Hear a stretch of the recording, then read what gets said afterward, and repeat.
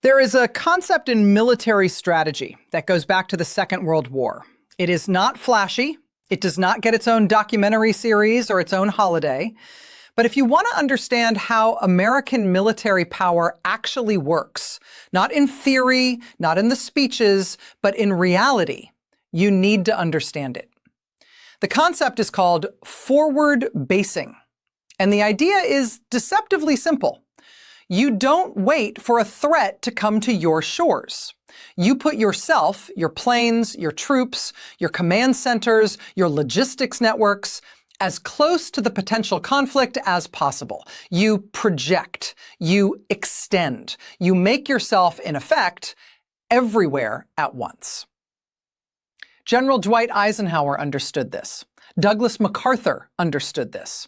And the architects of American post-war strategy understood this so well that they spent the better part of 6 decades constructing the most elaborate network of overseas military installations the world has ever seen. Now, in the Persian Gulf, a body of water roughly the size of California, surrounded on almost every side by countries sitting on top of the world's most consequential oil reserves, the United States built the crown jewel of that entire forward-basing network. It is called Udeid Air Base. It sits southwest of Doha in the small but enormously wealthy nation of Qatar. And from Udeid, the United States does not merely project force. From Udeid, the United States coordinates, commands, and controls military activity across an entire region. Fighter jets, surveillance aircraft, aerial refueling tankers, intelligence operations, all of it, managed from one installation. One installation that the United States has spent decades fortifying, expanding, and surrounding with some of the most advanced missile defense systems ever deployed anywhere on Earth. Which brings us to what happened. And here's the thing. Here's the thing about what happened, and why the story is genuinely more complicated than either side is telling you right now. Iran launched missiles at Udeid Air Base. That sentence, taken alone, is extraordinary. Not because missile launches in this region are rare. They are not, tragically. But because Udeid is not a minor outpost. It is not a small listening station or a forward operating base with a few hundred soldiers.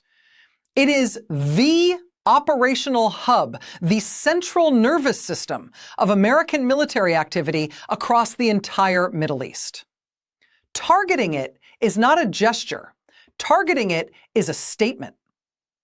It is Iran saying, we know where you are, we can reach you, and we are no longer pretending otherwise. Iranian state media was unambiguous. Officials declared the strike a major military success. They described precision missiles reaching key sections of the base. They talked about heavy damage to American military infrastructure. Iranian military commanders went on television and called the attack a powerful message to Washington.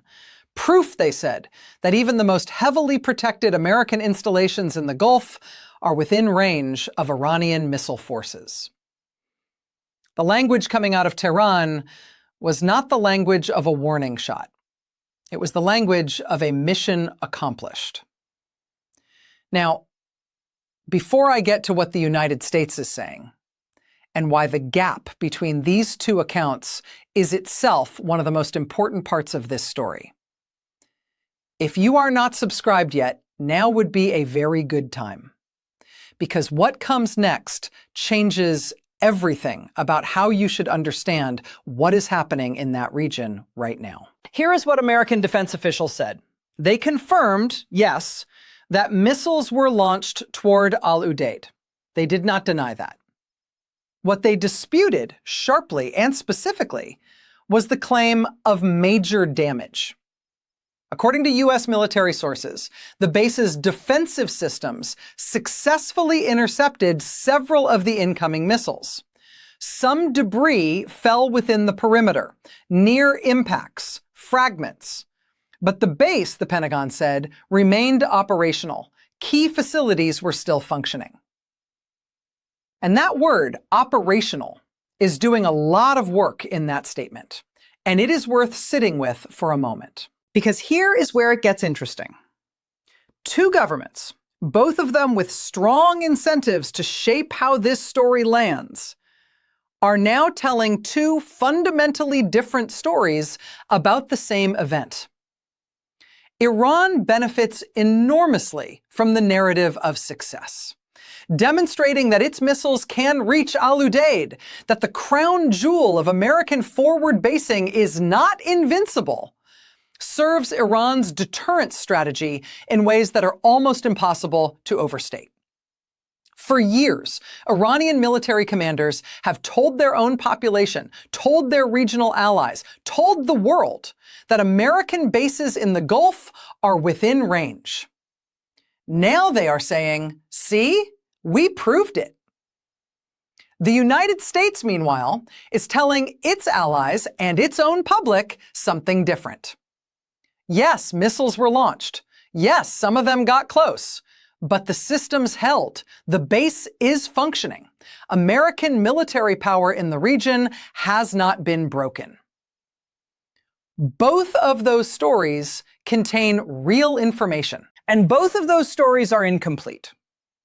What is not disputed, what cannot be spun away by either government, is the threshold that was crossed. Udeid Air Base is not just infrastructure.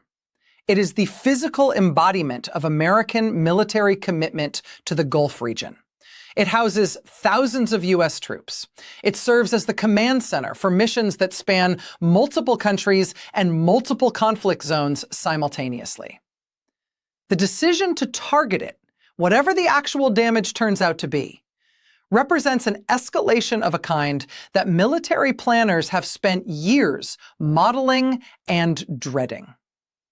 Because once a line like that gets crossed, the question stops being whether escalation is possible and starts being how far it goes. Military analysts are already working through what this means for the architecture of American forward basing itself.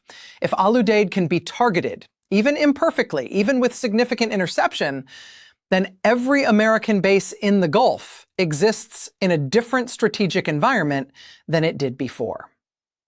Qatar, which hosts Al-Udeid, suddenly finds itself at the center of a confrontation it did not choose.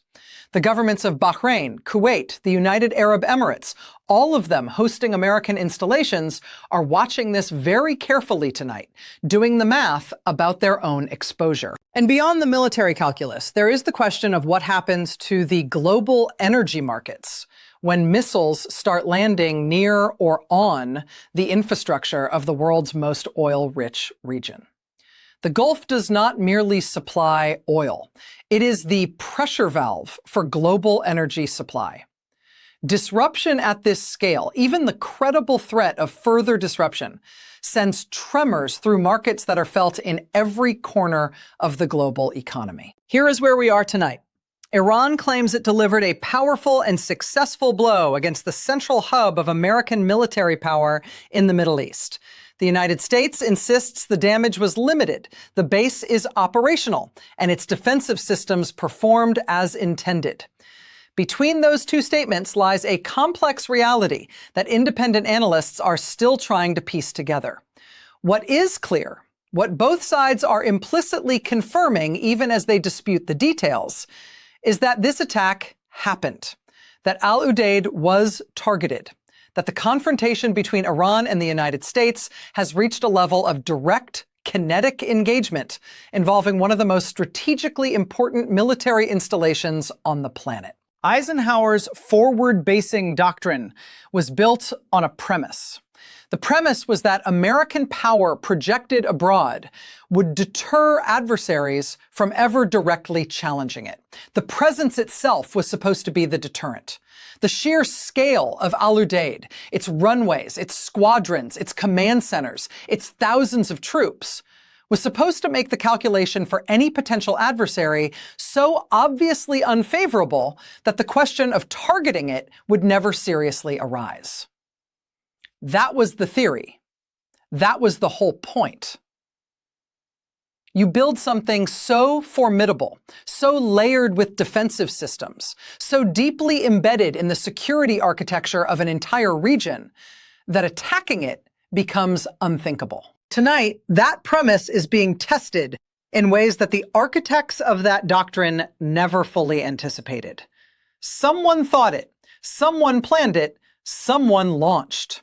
And the world, every government, every military planner, every energy market, every analyst watching from every capital city on Earth is waiting to see what happens next. Because what happens next will not just define the future of this particular confrontation, it will define the future of American military strategy in the Gulf for a very long time to come. The doctrine of forward basing assumed that presence equals deterrence. What Iran may have just demonstrated, whatever the final damage assessment turns out to be, is that presence also equals target. And that is the part that nobody is talking about tonight. Stay with us.